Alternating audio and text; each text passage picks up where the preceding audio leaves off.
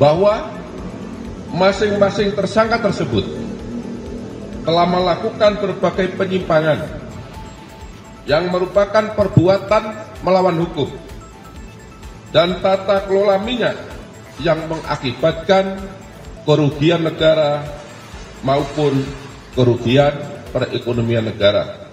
Untuk itu, saya akan menyampaikan perkembangan penyidikan perkara dugaan tindak pidana korupsi tata kelola minyak mentah dan produk kilang pada PT Pertamina Persero Holding dan kontraktor kontrak kerjasama.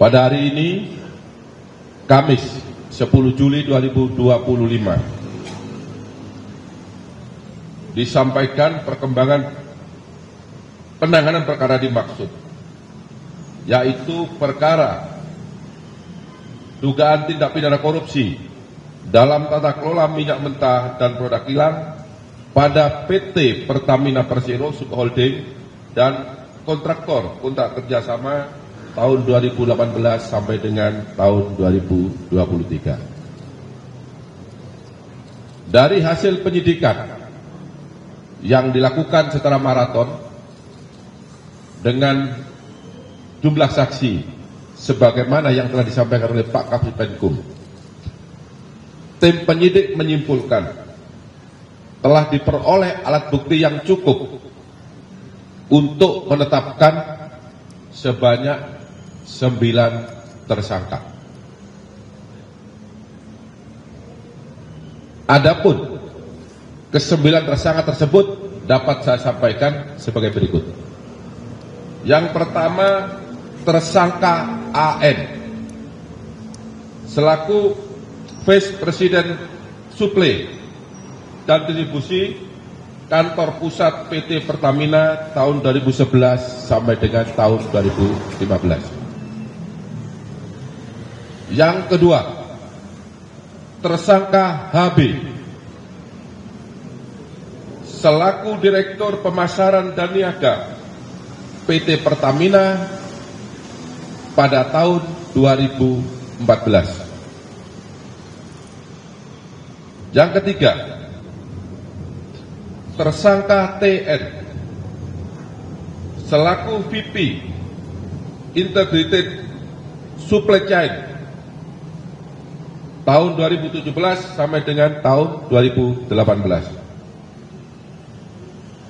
Kemudian tersangka DS selaku VP Crude and Product Trading ISC Kantor Pusat PT Pertamina Persero yang menjabat sejak tahun 2019 sampai dengan 2020.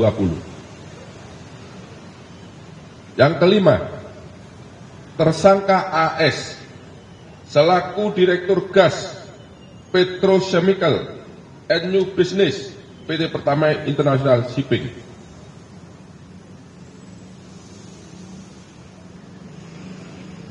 Kemudian yang keenam, tersangka HW selaku mantan SVP Integrated Supply Chain tahun 2018 sampai dengan tahun 2020. Kemudian yang ketujuh, tersangka MH selaku Business Development Manager PT Trafigura yang menjabat tahun 2019 sampai dengan tahun 2021. Kedelapan, tersangka IP selaku Business Development Manager PT Mahameru Kencana Abadi. Kesembilan, tersangka MRC selaku Beneficial Owner PT Tangki Merak dan PT Orbit Terminal Merak.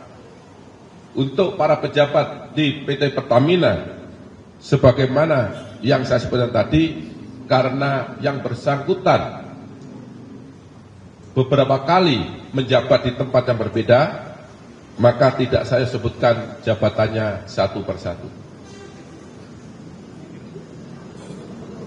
Bahwa masing-masing tersangka tersebut telah melakukan berbagai penyimpangan yang merupakan perbuatan melawan hukum dan tata kelola minyak yang mengakibatkan kerugian negara maupun kerugian perekonomian negara.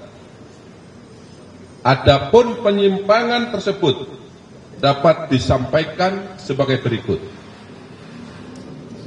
Yang pertama, penyimpangan dalam perencanaan dan pengadaan ekspor minyak mentah.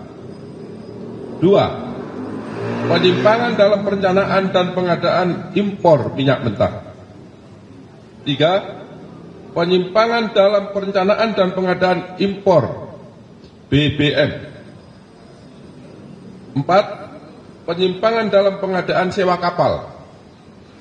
5. Penyimpangan dalam pengadaan sewa terminal BBM PT OTM. 6. Penyimpangan dalam proses pemberian kompensasi produk Pertalite.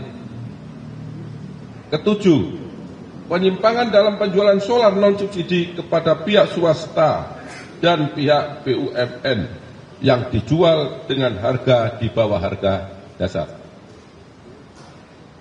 Adapun peran masing-masing tersangka dalam melakukan perbuatan melawan hukum yang mengakibatkan kerugian keuangan negara dan kerugian perekonomian negara dapat disampaikan sebagai berikut.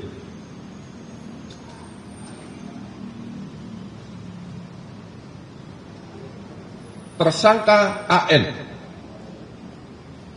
memiliki beberapa peran, yaitu melakukan proses penyewaan OTM secara melawan hukum dengan menghilangkan hak kepemilikan Pertamina dan harga yang tinggi di dalam kontrak pengadaan. Bersama dengan tersangka HB melakukan proses penunjukan langsung kerjasama sewa TBBM Merak secara melawan hukum. Melakukan negosiasi harga sewa dengan mengakomodir nilai sewa yang mahal, yaitu sebesar 6,5 USD per kiloliter dengan menghilangkan skema pemilikan aset PT OTM. Selanjutnya, melakukan proses penjualan solar di bawah harga dasar secara melawan hukum kepada pihak BUMN dan pihak swasta. Dan yang terakhir, yang bersangkutan berperan dalam penyusunan formula kompensasi yang tinggi untuk produk Pertalite secara melawan hukum. Tersangka HB bersama dengan tersangka AN mengakomodir penawaran dan melakukan proses penunjukan langsung kerjasama TBBM Merak secara melawan hukum yang seharusnya dilakukan dengan cara pelelangan. Kemudian melakukan proses penyewaan OTM secara melawan hukum dengan menghilangkan hak kepemilikan Pertamina atas objek sewa terminal BBM Merak dan harga yang tinggi dalam kontrak atau perjanjian. 3. Tersangka TN melakukan dan menyetujui pengadaan impor minyak mentah dengan mengundang demut atau supplier yang tidak memenuhi syarat sebagai peserta lelang, karena yang bersangkutan dikenakan sanksi karena tidak mengembalikan kelebihan bayar. Kemudian menyetujui demut atau supplier tersebut sebagai pemenang lelang, meskipun praktek pelaksanaan pengadaan tidak sesuai dengan prinsip dan etika pengadaan, yaitu volume basit yang dicantumkan dalam lelang impor minyak mentah dan perlakuan istimewa kepada supplier tersebut. Untuk tersangka DS bersama dengan tersangka SDS dan tersangka JF melakukan ekspor penjualan minyak mentah bagian negara dan anak perusahaan hulu minyak Pertamina tahun 2021 dengan alasan terjadi ekses terhadap MMKBN dan anak perusahaan hulu Pertamina tersebut. Padahal yang seharusnya minyak mentah tersebut masih dapat diserap oleh kilang dan tidak ekses, yang seharusnya dipergunakan untuk memenuhi kebutuhan minyak mentah dalam negeri. Kemudian di waktu yang sama, DS bersama dengan tersangka SDS dan tersangka YF melakukan impor minyak mentah dengan jenis yang sama dari luar negeri dengan harga yang lebih mahal. Maksudnya minyak mentah yang kualitas sama dengan harga minyak mentah di dalam negeri, tetapi harga impor ini, minyak mentah yang diimpor dengan kualitas yang sama ini harganya lebih tinggi. Untuk tersangka AS bersama-sama dengan tersangka SDS dan tersangka DW bersepakat menambah dan menaikkan nilai sewa kapal sebesar 13% dari nilai sewa kapal Olimpik Luna dari Afrika ke Indonesia dengan maksud agar harga pengadaan sewa kapal bisa di-up menjadi 5 juta US dollar Amerika yang seharusnya berdasarkan harga publikasi atau harga HPS hanya sebesar 3.765.712 US dollar Amerika. Selanjutnya AS bersama-sama dengan tersangka DW dan tersangka AP mengkoordinasikan agar kapal Suezmax milik PT Jenggala Maritim Nusantara dimenangkan dalam proses pengadaan tender time charter di PT Pertamina International Shipping dengan cara mencantumkan syarat yang hanya bisa dipenuhi oleh kapal Suezmax milik PT Jenggala Maritim Nusantara. Kemudian tersangka HW melakukan kesepakatan dengan tersangka MH dan tersangka EC untuk melakukan penunjukan langsung kepada Trafigura Asia Trading sebagai penyedia dalam pengadaan produk gasolin untuk kebutuhan semester pertama tahun 2021. Padahal seharusnya pengadaan tersebut dilakukan melalui proses lelang khusus, di mana semua mitra atau demut diundang untuk mengikuti tender atau lelang. Tetapi dalam kenyataannya, Trafigura Asia Trading tidak terdaftar sebagai mitra atau demut Pertamina yang seharusnya tidak dapat mengikuti pengadaan atau lelang. Kemudian HW menyetujui dan menandatangani kontrak penjualan solar kepada pihak swasta yang diketahui bahwa harga dalam kontrak tersebut di bawah harga dasar.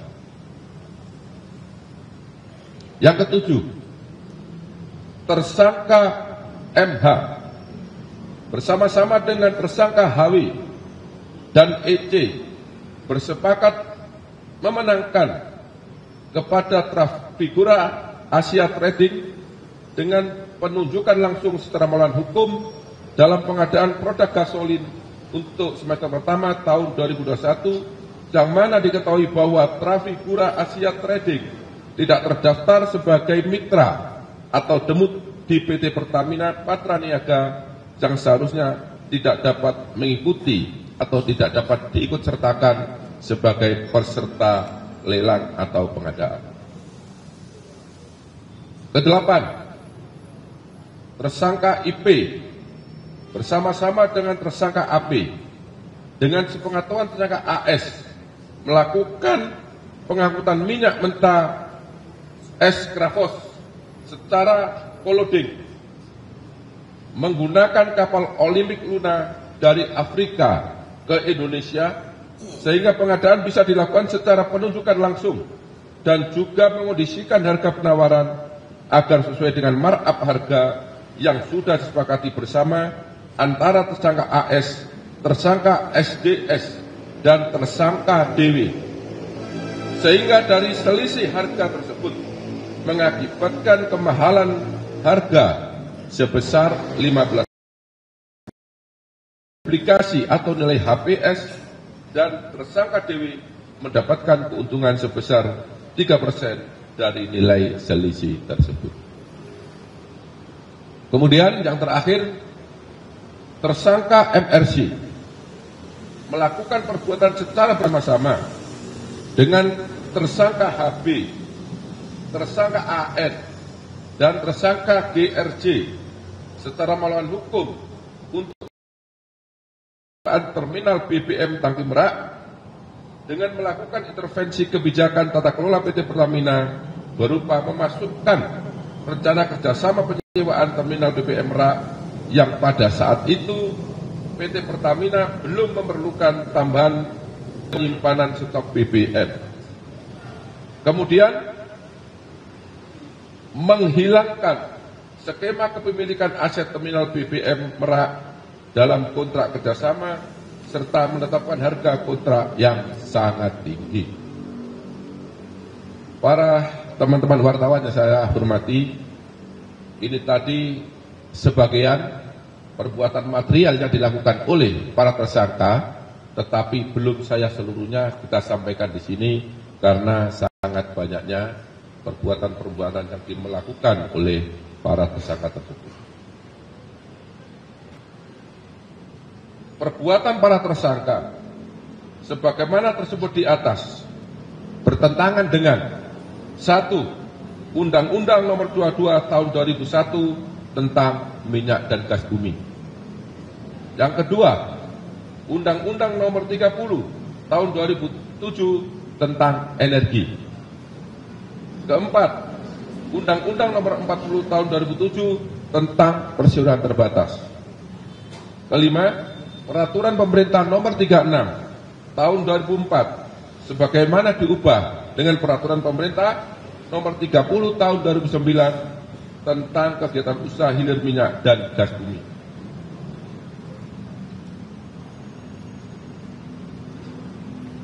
Yang kelima, Permen BUMN Nomor 01/MBU/2011 sebagaimana diubah melalui Permen BUMN Nomor 09/MBU/2012 tentang penerapan tata kelola perusahaan yang baik pada BUMN. Ini tidak saya bacakan semua karena ini ada 15 aturan yang dilanggar.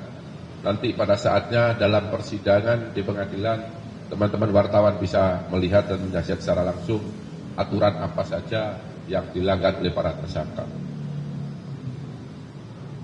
Perbuatan para tersangka melanggar pasal 2 ayat 1 atau pasal 3 junto pasal 18 Undang-Undang 31 tahun 1999 sebagaimana diubah dengan Undang-Undang Nomor 20 tahun 2001 tentang pemberantasan tindak pidana korupsi sebagaimana diubah dalam tentang perubahan pasal Undang-Undang 31 tahun 1999 junto pasal 55 ayat 1 ke 1 Kitab Undang-Undang Hukum Pidana.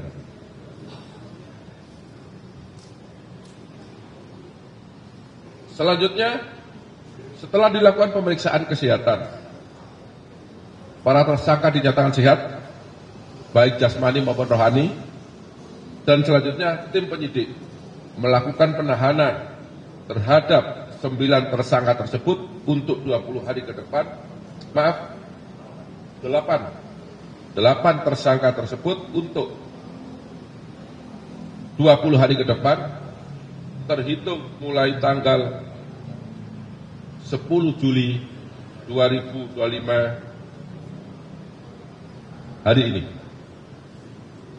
Berdasarkan surat perintah penahanan nomor 41 tahun 2025, nomor 42 tahun 2025, kemudian untuk tersangka TN nomor 37 tahun 2025, untuk tersangka DS berdasarkan surat perintah nomor 36 tahun 2025, untuk tersangka AS berdasarkan Sprint nomor 40 tahun 2025, kemudian untuk tersangka HW berdasarkan surat perintah nomor 35 tahun 2025, kemudian untuk tersangka MH berdasarkan surat perintah nomor 38